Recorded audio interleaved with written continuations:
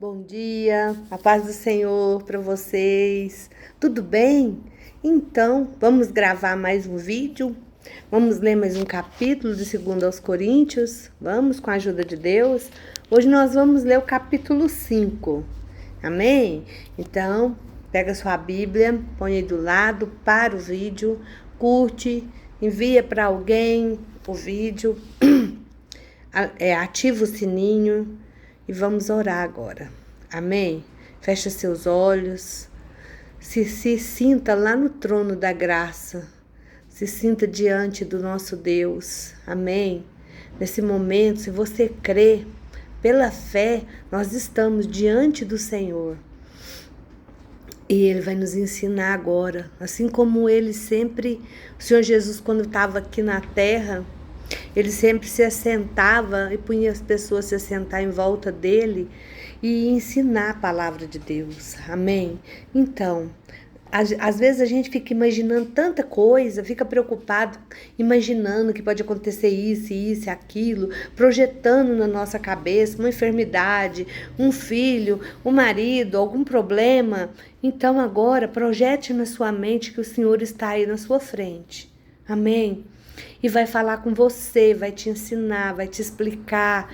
O Espírito de Deus, que inspirou o apóstolo Paulo a escrever esse capítulo 5 de 2 aos Coríntios, está disponível para mim e para você agora. Então, se sinta agora sentada aos pés do Senhor Jesus. Amém? Senhor Deus e Pai, no nome do Senhor Jesus, nós te agradecemos por esse momento maravilhoso. Oh Deus, muito obrigada pelo ar que nós respiramos. Oh Senhor, pela nossa vida, por tudo que o Senhor tem feito por nós e por tudo que o Senhor vai fazer.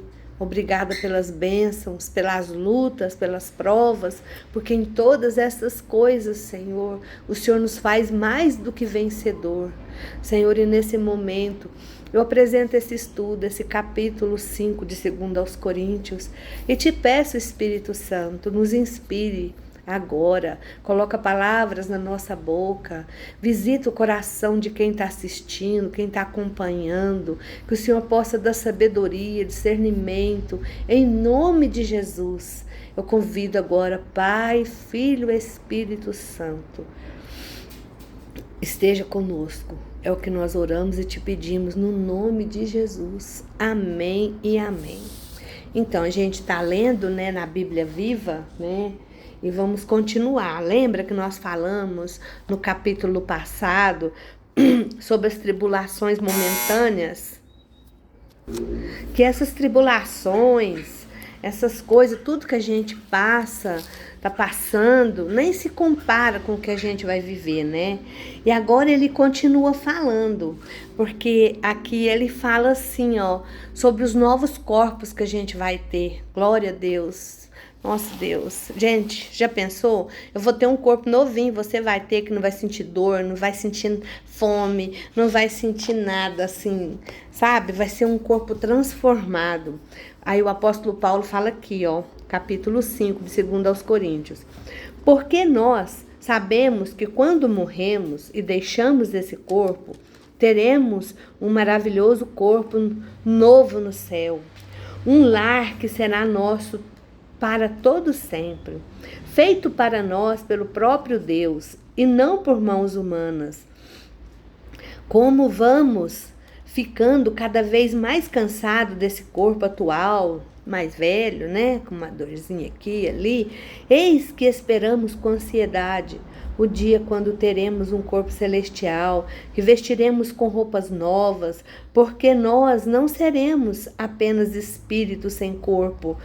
Este nosso corpo terreno nos faz gemer e suspirar, porém não gostaríamos de pensar em morrer e depois não possuir corpo algum. Desejamos revestir-nos do nosso novo corpo de maneira tal que esse corpo mortal seja absorvido pela vida. Isto é o que Deus preparou para nós e como garantia Ele nos deu o seu Espírito Santo. Agora estamos confiantes e compreendemos que cada instante que gastamos neste corpo terreno é tempo gasto longe do nosso lar eterno com o Senhor. Sabemos que essas coisas são verdadeiras pelo que cremos e não pelo que vemos. E não estamos com medo, e sim bem animados para deixar de viver neste corpo, porque assim habitaremos com o Senhor.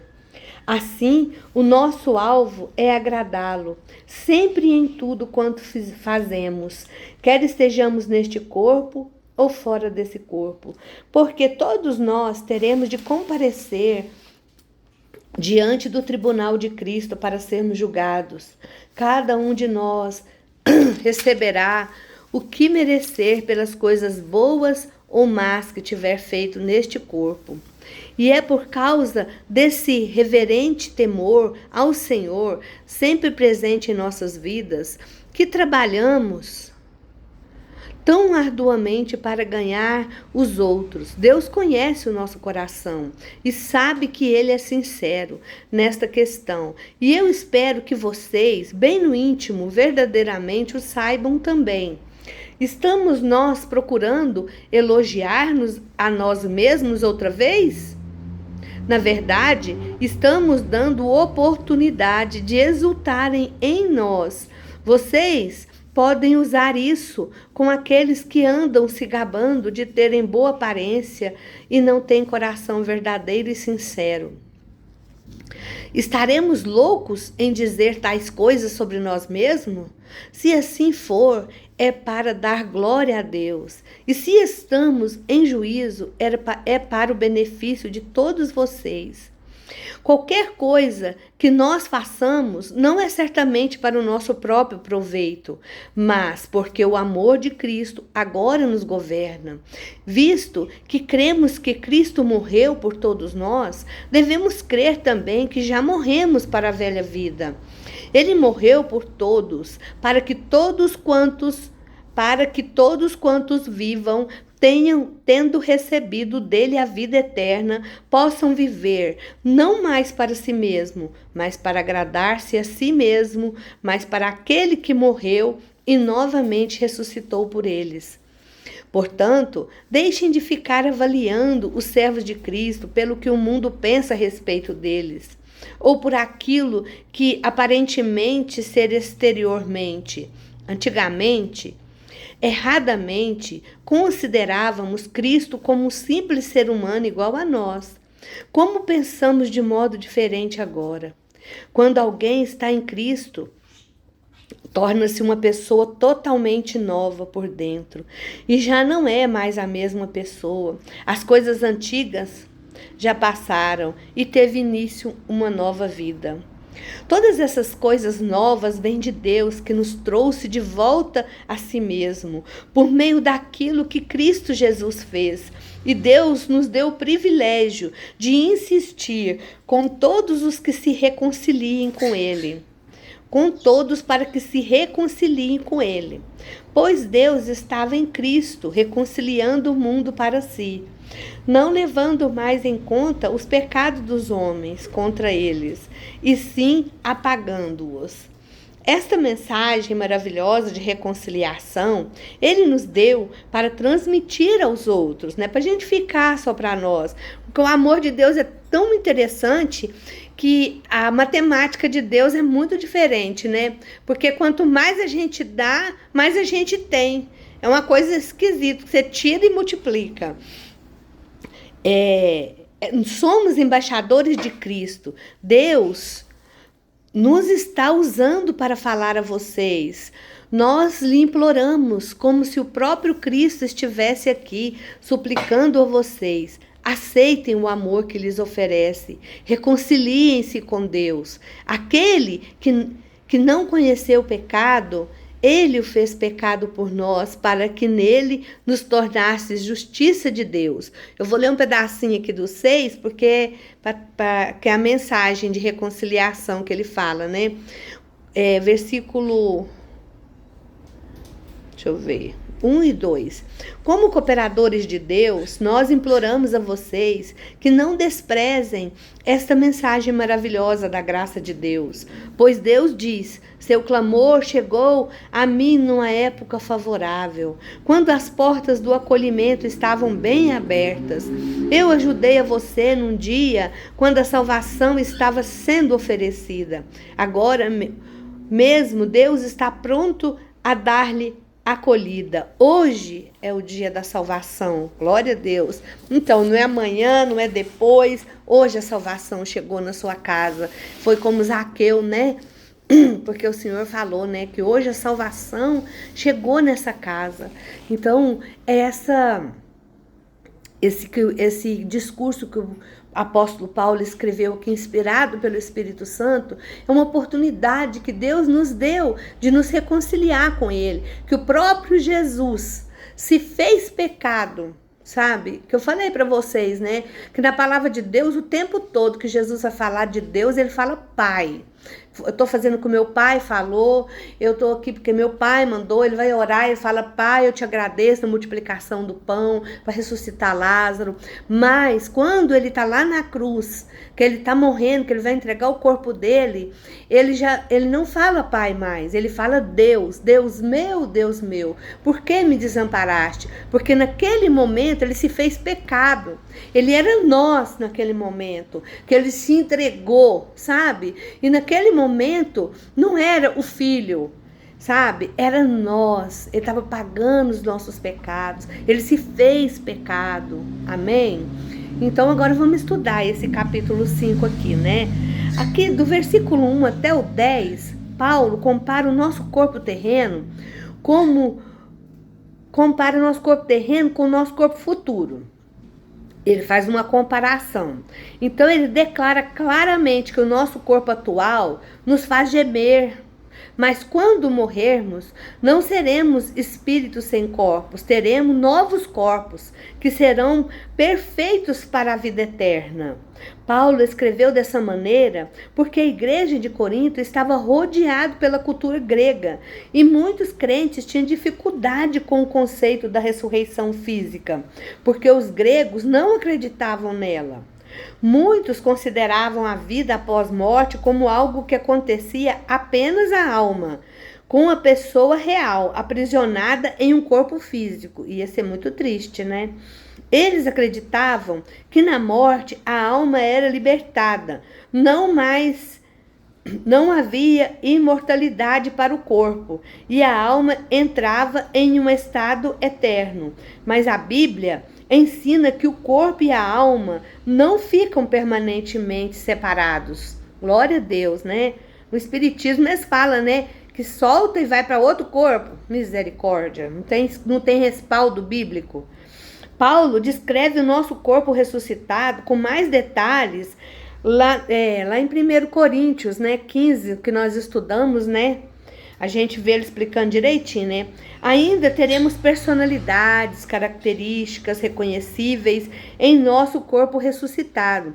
Mas pela obra de Cristo, nosso corpo será melhor do que podemos imaginar. A Bíblia não nos diz tudo isso a respeito do nosso corpo ressuscitado, mas sabemos que ele será perfeito, imortal, sem doenças, sem debilidades e nem dores. Aleluia, glória a Deus. Então, gente, vou falar uma coisa para vocês. As calopsitas ficam tudo ali, ó, brigando para ficar tudo no meu rumo para assistir o culto. Vocês sabiam que fica pelejando para escutar aqui? Fica todo mundo olhando para mim. E quando uma quer chegar mais perto assim, a outra... Já pensou se todas as pessoas tivessem essa fome de ouvir a palavra de Deus? É muito bonitinho. E, continuando ainda no versículo 9, do 1 até o 10 que nós lemos, embora a vida eterna seja um dom gratuito que é dado com base na graça de Deus, cada um de nós será julgado por Cristo. Hoje, quando eu li que a salvação chegou na sua casa, Hoje o Senhor Jesus está como o apóstolo João escreveu lá nas cartas, 1 João. Hoje o Senhor Jesus está sentado à direita de Deus, à destra de Deus, intercedendo por nós. Quando a gente faz alguma coisa errada, qualquer coisa, então ele está lá intercedendo. Pai, tem misericórdia, ajuda, mas o dia que Jesus vier em nuvens de glória, ele não vai ser mais o nosso advogado. Não, ele vai ser o juiz. Aí ele vai nos julgar, e é isso que Paulo está falando aqui, ó. Cada um de nós será julgado por Cristo. O dom misericordioso da salvação de Deus não nos livra da exigência da fiel obediência. Nós precisamos obedecer ao Senhor. Todos os cristãos deverão, no dia do juízo, explicarem como viveram. Então, a gente precisa começar hoje. Senhor, me ajuda, Espírito Santo, age na minha vida como se fosse um termômetro, me ajuda, me ensina o caminho que eu devo andar. Amém? E do versículo 13 até o 15, tudo que Paulo e seus companheiros fizeram foi para honrar a Deus, sabe? Não apenas o temor de Deus que nos motivava, mas o amor de Cristo controlava seus atos. A palavra controlar, que Paulo usou aqui, ou constranger, quer dizer agarrar firmemente. Em outras palavras, o amor de Cristo os forçava a determinadas ações. Eles sabiam que Jesus, por seu grande amor, deu a sua vida por eles.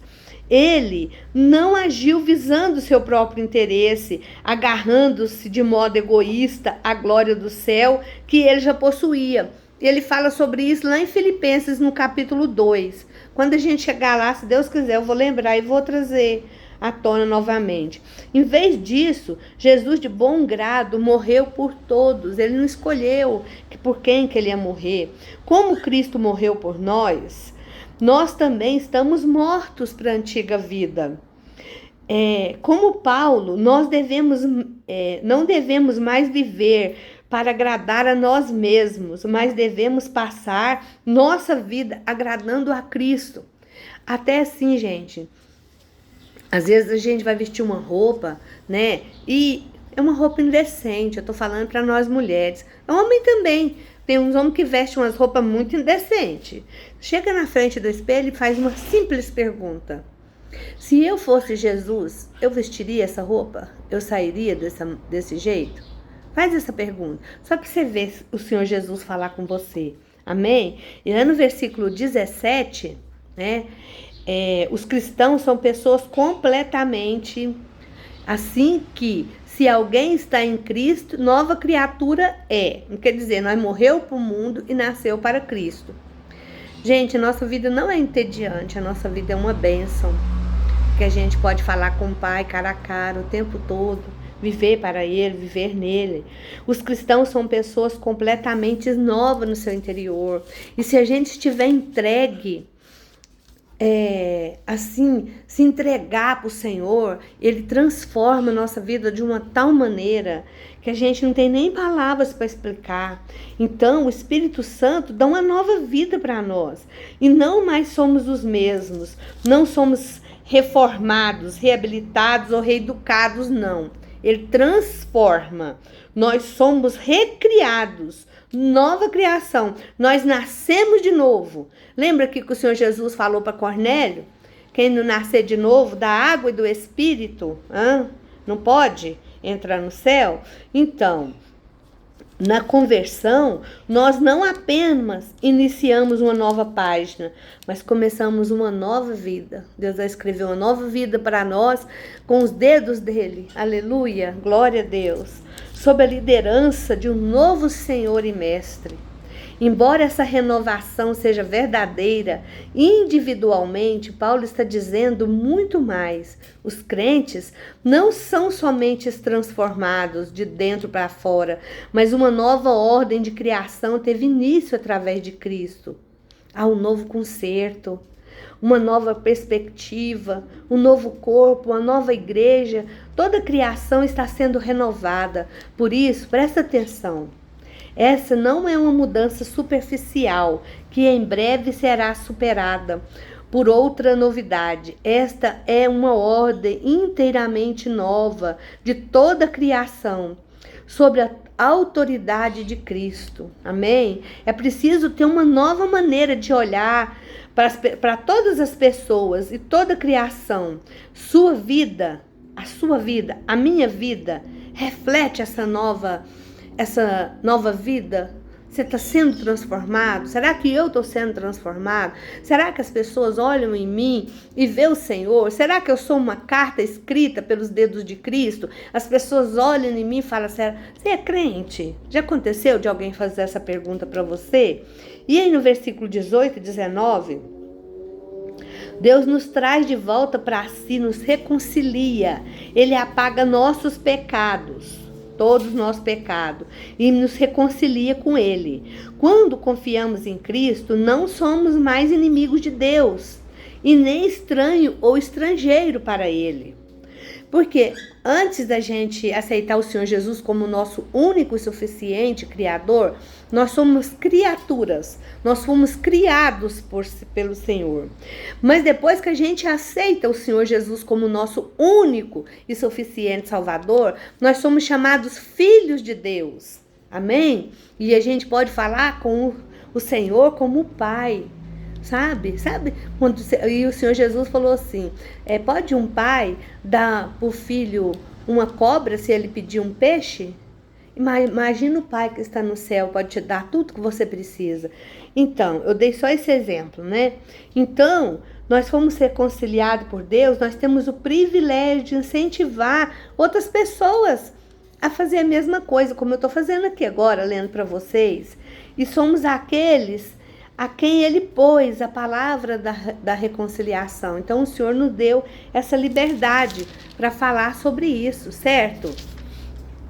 E no versículo 20, um embaixador, que ele fala que a gente é embaixador, né? Eu já falei sobre isso. É um representante do país em outro lugar, em outro país. Então, aonde ele vai estar lá, a embaixada brasileira, lá nos Estados Unidos, lá dentro dela, até os carros brasileiros que pertencem à embaixada, que estiver no outro país, eles são, naquele lugar lá, é terreno brasileiro. E eles representam. Então, nós somos embaixadores de Cristo aqui na terra, nós representamos Cristo. Onde nós estivermos, é terreno de Cristo. Glória a Deus. Então, a minha casa pertence ao Senhor. Aqui o Senhor tem liberdade de atuar, de falar. Na sua casa também. Tá vendo? Glória a Deus, aleluia. Quando a gente confia em Cristo, lá no 21, fazemos uma troca. Ele leva nossos pecados, nos reconcilia com Deus. Nossos pecados foram colocados sobre Cristo, que eu falei lá na crucificação, certo? Sua justiça nos é dada na nossa conversão. Isso é que os cristãos entendem como uma expiação do pecado por Cristo. No mundo, as trocas ou permutas funcionam apenas quando duas pessoas trocam bens cujo valor é relativamente o mesmo. Mas Deus se oferece para trocar, olha só, sua justiça pelos nossos pecados. Aleluia, glória a Deus. Algo de valor imensurável por algo que é completamente sem valor.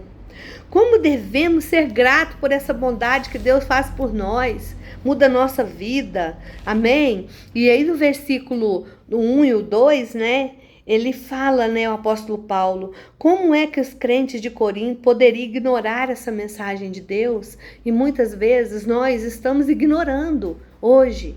O apóstolo Paulo está falando para nós, como que a gente pode ignorar essa mensagem de Deus? Mas voltando para eles, talvez eles estivessem duvidando de Paulo e das suas palavras, confundindo pelos falsos professores. Muitas vezes, sabe, gente, as pessoas não acreditam na Bíblia. Eles falam que acreditam em Deus, mas realmente eles acreditam? Será? A manicure minha falou para mim assim que eu sou muito doida. Por isso que Deus opera na minha vida, que eu tenho coragem de enfrentar as coisas. Mas essa coragem, essa ousadia vem de Deus, sabe? E quando a gente acredita no Senhor, investe nele, o Senhor nos dá um poder. Ele não deixa nós sozinhos lá na praia, morrer na praia, não. Ele vai, assim como foi com Jó, ele vai avalizar nós aqui na terra, entendeu? Se nós estiver fazendo a vontade dele. Aí no versículo 2, Deus oferece a salvação a todas as pessoas. Muitos adiam uma decisão em favor de essa decisão em favor de Cristo, pensando que vai ter uma ocasião melhor. Mas será que vai ter? Será que você vai ter outra oportunidade? E se hoje for o seu último dia na terra? Então, se você está ouvindo essa palavra e ainda não aceitou o Senhor Jesus como seu único e suficiente Salvador, a hora é essa. Jesus chegou na tua casa. Hoje a salvação chegou na tua casa. Amém? Fica com Deus. Deus te abençoa. A paz do Senhor. Até amanhã, se Deus preparar.